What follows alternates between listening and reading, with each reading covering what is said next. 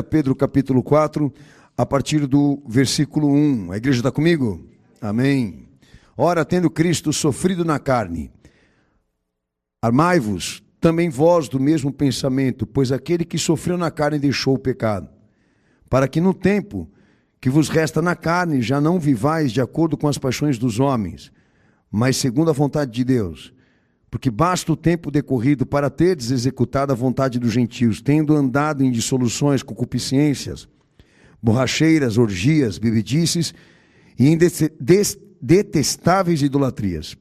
Por isso, difamando-vos, estranho que não concorrais com eles ao mesmo excesso de devassidão, os quais hão de prestar contas àquele que é competente para julgar vivos e mortos.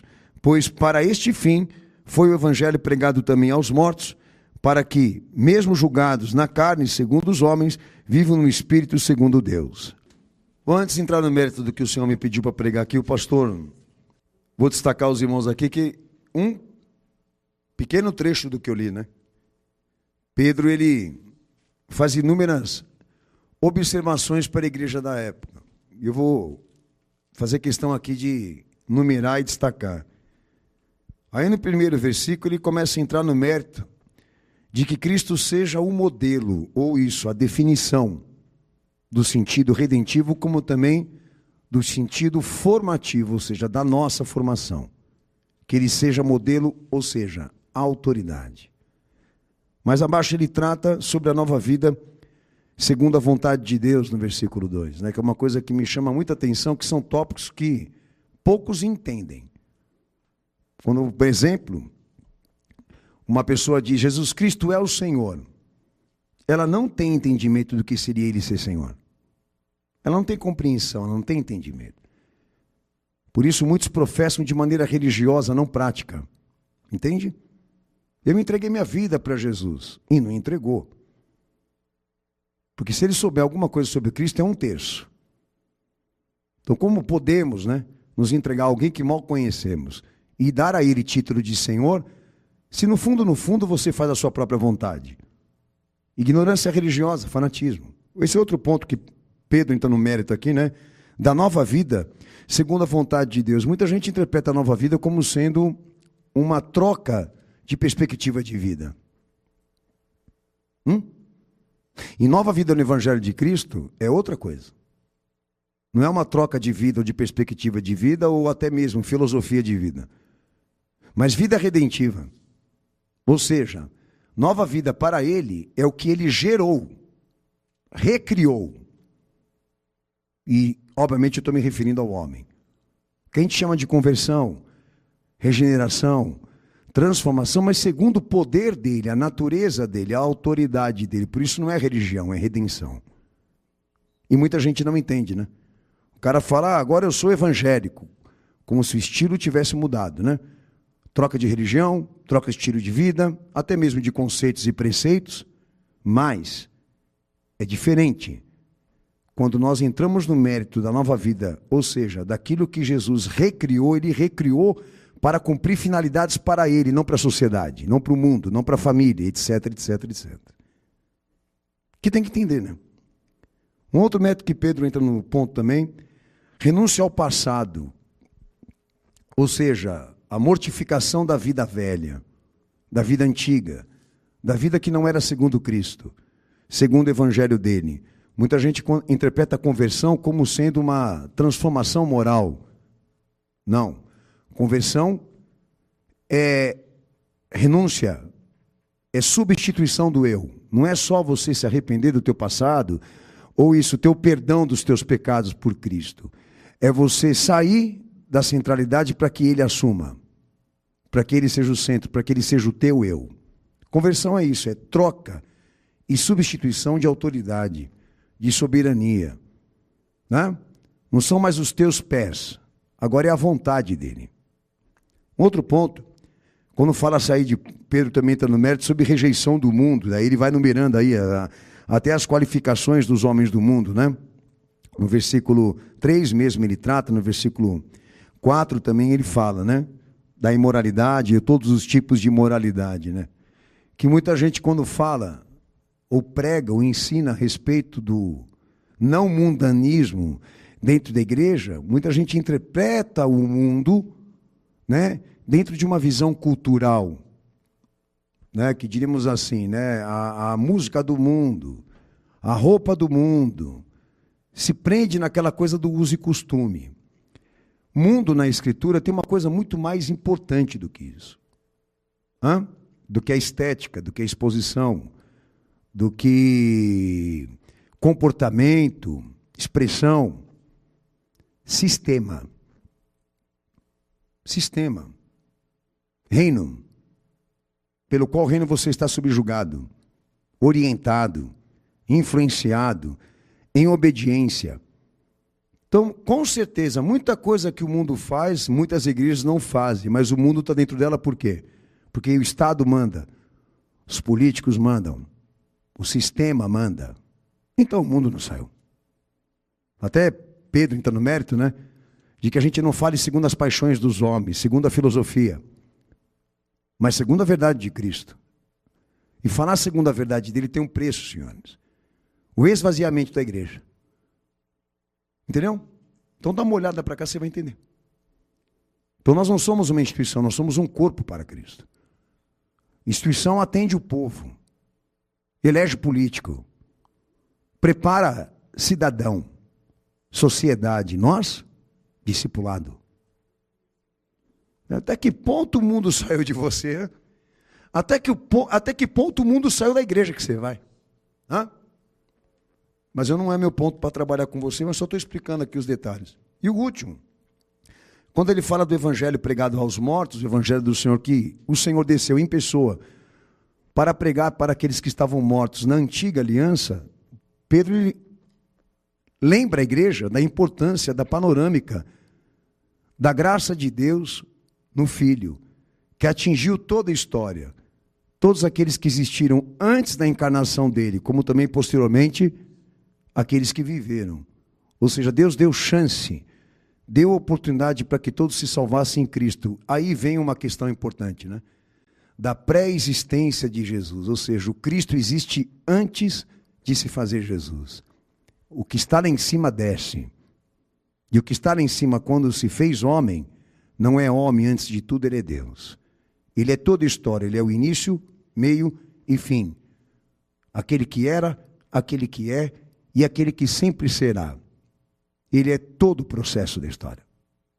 Tudo que Deus revelou dentro dela. E existe uma panorâmica de atuação de Deus e messiânica que a gente até ensina em seminário. Pastor, qual a importância disso aí? Muitas. Um exemplo que eu vou dar aqui para mim não ficar tomando muito tempo, né?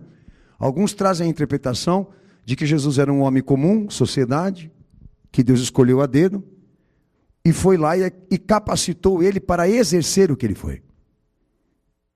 A gente chama isso de humanização. Humanizam Jesus, tornam ele homem comum, natural, mas essa interpretação gnóstica diz o seguinte, que no fim ele sobe. João Batista, quando falou a respeito dele, disse, olha, aquele que vem de cima é sobre todos, tá? E ele vem de cima. Ele não é daqui. Que quer dizer que ele não poderia ser trocado por nenhum outro nome, obra, título, pessoa, dada a natureza dele, dada a autoridade dele, dada a realidade de quem ele é. E aí surge até aquela dúvida, né? Será que nós, na posição dele, estando lá em cima, desceria aqui embaixo para sofrer? Você teve preocupação em sair da tua casa e vir para cá, e até achou que isso foi um sacrifício para você? Ou até outras coisas que você acredita que você está fazendo muito para Deus. Você não tem noção do que você está falando. Nem pensando. Deus é muito mais do que isso aí. Do que sacrifícios e meros sacrifícios. Então, há uma importância tremenda, né? Você vê, ó, são 6 versículos, né? Que Pedro vai, direciona a igreja essa realidade, essa verdade. Mas o pastor, eu vou trabalhar um tópico aqui, que é quando ele entra e define que Cristo é o modelo. Ele é o exemplo, né? Que ele deixa claro que, ali no versículo 1, né? Já iniciando para que a igreja se revista, ou se fortaleça, arme-se, né? No mesmo pensamento, ou seja, na mesma obra que ele sofreu na carne. Então, Pedro está trazendo à igreja ou a consciência da igreja do princípio maior da fé que professamos aqui. Então, quando ele define que Cristo é modelo, ele é exemplo, ou a igreja deve imitá-lo, ele define o quê? Que Cristo é um padrão de normas, é um padrão normativo. Pastor, que importância que isso tem?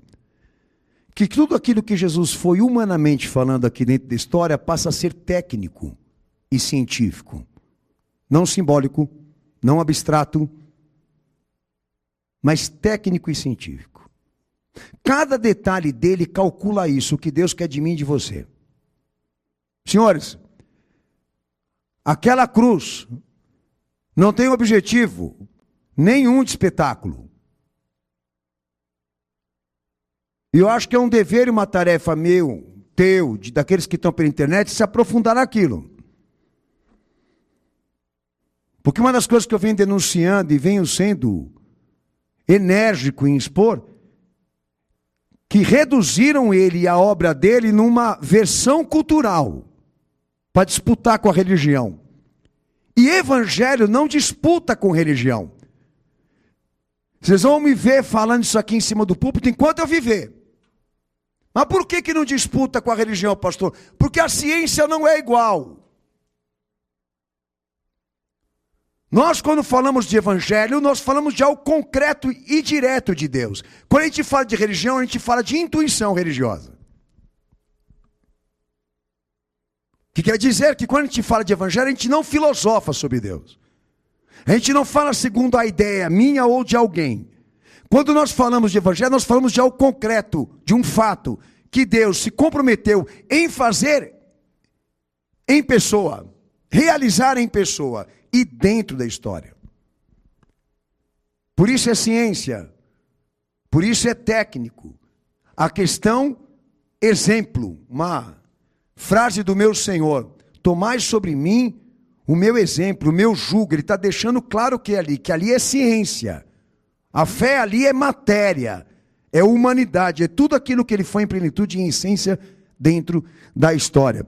E Pedro está chamando a atenção para a igreja sobre isso. Vamos ler Romanos 8, 29? Porque os que dantes conheceu, também os predestinou para serem conformes à imagem de seu Filho, a fim de que ele seja o primogênito entre muitos irmãos.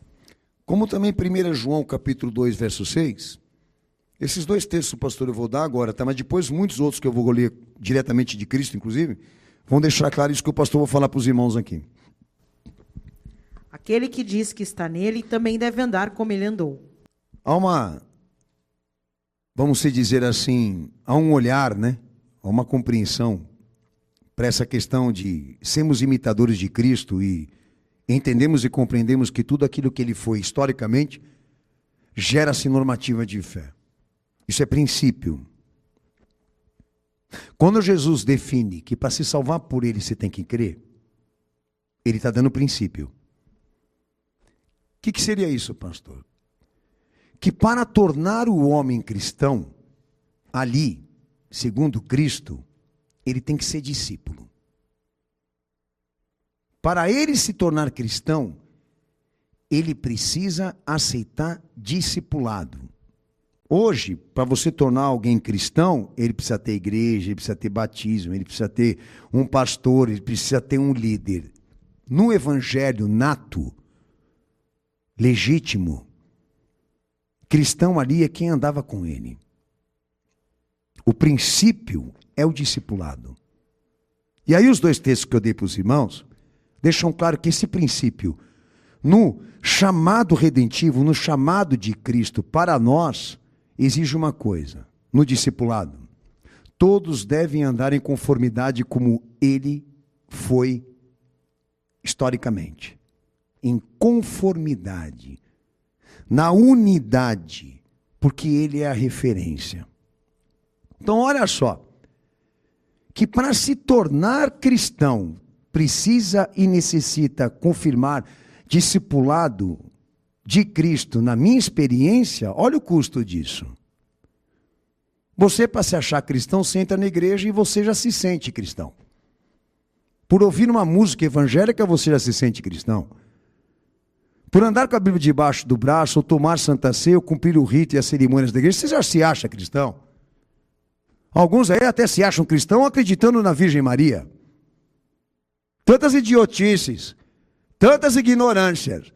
Mas se você for lá no evangelho que Jesus pregou, ele é direto. No que eu estou pregando aqui. Ele é direto.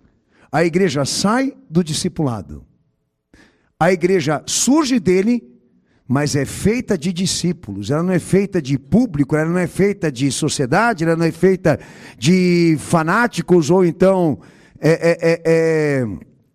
religiosos. Ela surge em Cristo, mas é feita ou se inicia com aqueles que caminharam e andaram com ele sempre. Então o que nós somos a favor aqui? Que aquele que não consegue atingir o nível disso que eu estou falando, abaixa o título de cristão e procura refletir. Porque você foi nomeado pela igreja. E pode não ter sido nomeado por Cristo.